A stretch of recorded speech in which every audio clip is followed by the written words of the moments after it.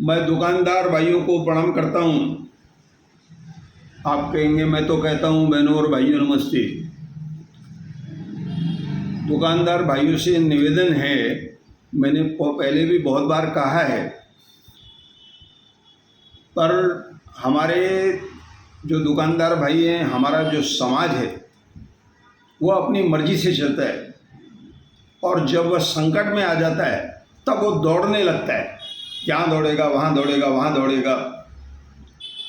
जैसे कि आजकल भीलवाड़ा का प्रकरण चल रहा है, बहुत लोगों को नींद नहीं होगी मेरे हिसाब से, और यह प्रकरण अभी बंद भी नहीं हुआ है। दोस्तों, मैं एक बार आपको फिर हकीकत सच्चाई बता रहा हूँ। पिछले कुछ दिनों से प्लास्टिक थैलियों की छापेमारी चल रही है। इस बात को आप ध्यान रखें।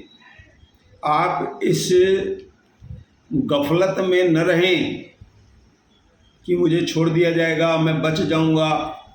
वो बार बार स्पष्ट कह रहे हैं आप लोग रखना बंद करो। हालांकि इसमें कुछ मध्यस्थ लोग भी हैं जिनको आज तक फ़ायदा पहुंचता था।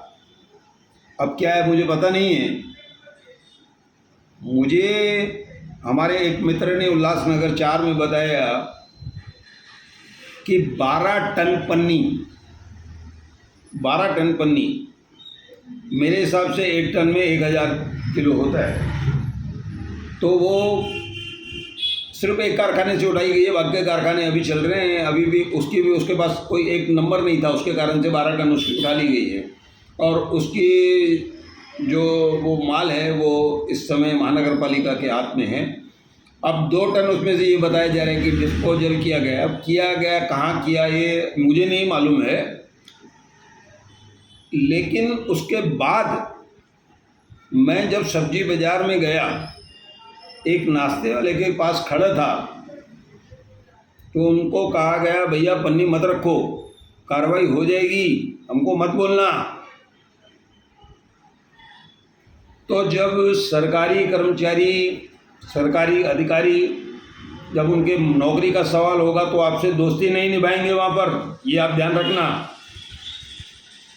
तो मैं 2 दिन पहले सुबह सब्जी मार्केट में गया तो वहाँ पर बहुत सारे महानगर पालिका के जो कर्मचारी थे, जितने भी सब्जी वाले थे, थोड़ी थोड़ी पन्नियाँ थी, वहाँ से सब उठाई गई।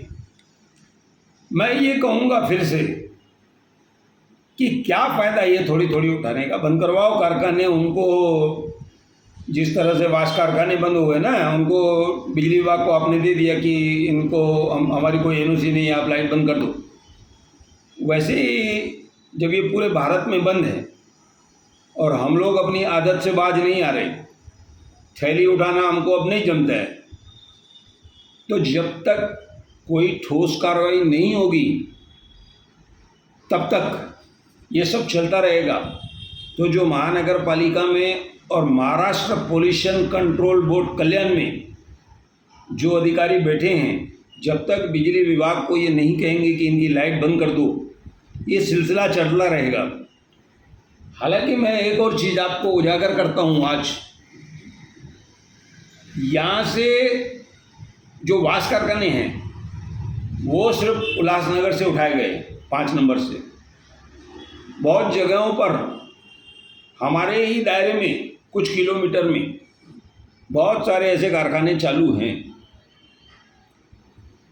अब दोष है तो इसी शहर का है, खाली इसी शहर में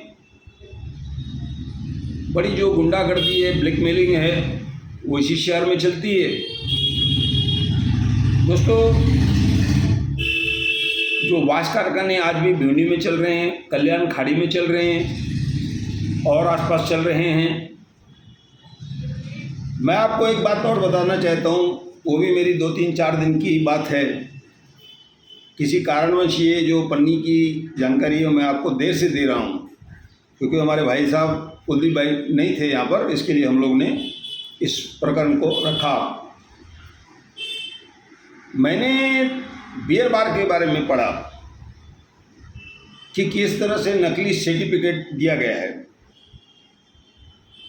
तो किसी सज्जन ने पूछा कि भैया आपने नाम नहीं लिया। अरे भैया मैं नाम ले लूँगा ना, तो मनपा कार्रवाई करे या न करे, दारूबंदी विभाग कार्रवाई करे या न करे, बहुत सारे लोग उसके पास पहुंच जाएंगे। तुम्हारा सर्टिफिकेट नकली है, मेरे पास है, भैया एक क्वार्टर दे दो, एक बियर दे दो, एक बोतल दे दो।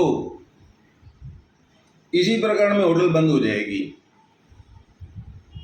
क्रांतिवीर फिल्म आपने देखी होगी, जब डिम्पल कापड़िया पत्रकार थी और उसको मार लगी, तो नाना पाटेकर जी पूछने गए, बोले तुम्हारे लिखने से गलत लोग जाग जाते।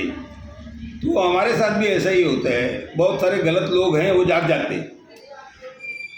तो अगर हम ये सब चीज़ें बता देंगे कहाँ कहाँ क्या क्या है, तो बहुत सारे गलत लोग जाग जाएंगे और उनका फ़ायदा हो जाएगा और वो लोग परेशानी में आ जाएंगे। कुल मिला के मेरे भाइयों, मेरे दोस्तों, दुकानदारों, आपसे निवेदन करता हूँ, भैया ये पन्नियाँ जो है आपके जी का जंजाल बन जाएगी, मेरे घर से कुछ जाने वाला नहीं है। तो मैं आपसे निवेदन करता हूँ कि इन चीज़ों को बंद करो, ताकि आप भविष्य में आपको दौड़ धूप ना करनी पड़े और आपसे आपकी दुकान से ये टनों माल न ले जाएं ये लोग, और कोई आप पर कार्रवाई ना हो, आपका दुकान सील ना हो।